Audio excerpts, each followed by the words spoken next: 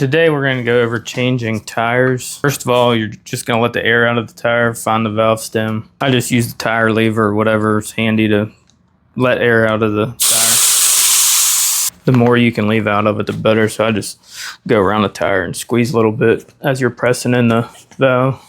So you're going to start opposite side of the valve and the opposite side of the hand rim on the back side at the top.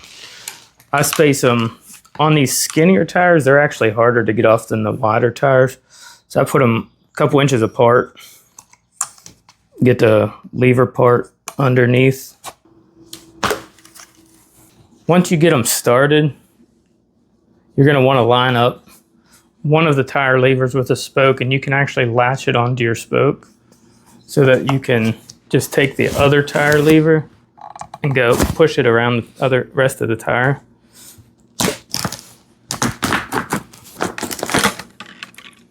And then sometimes you can either leave the tube in and pop off the other side, or sometimes I'll pop the tube out and do it so I don't pinch the tube. It all depends on how hard the tire is on there.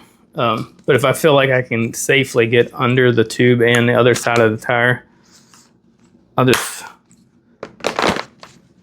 pop the other side out. And it doesn't take much, just a little bit, and the tire should pop off. And there you go.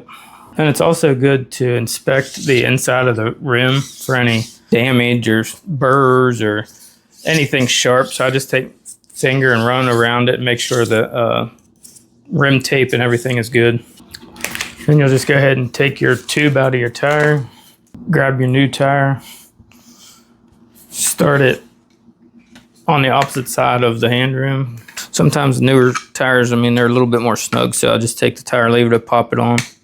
And then starting with your valve stem, you'll push the tire out of the way and get your valve stem started. Tuck your tube the whole way around. Make sure not to pinch it or twist it.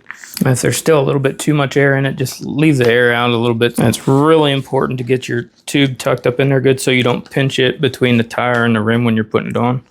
And to put the tire back on, then it's the opposite of taking it off. I start by tucking from the valve stem around, kind of work it both ways. That way when you're at the end and prying the tire on, you're not at the valve stem putting any kind of pressure on it.